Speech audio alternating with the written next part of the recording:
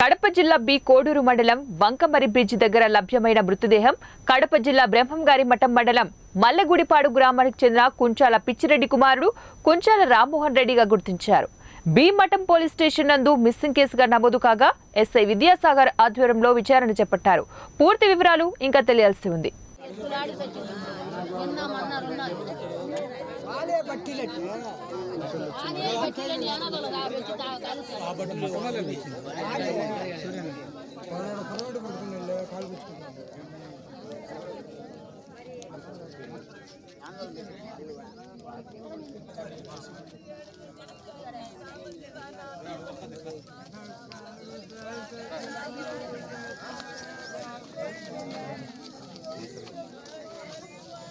దూరం మాట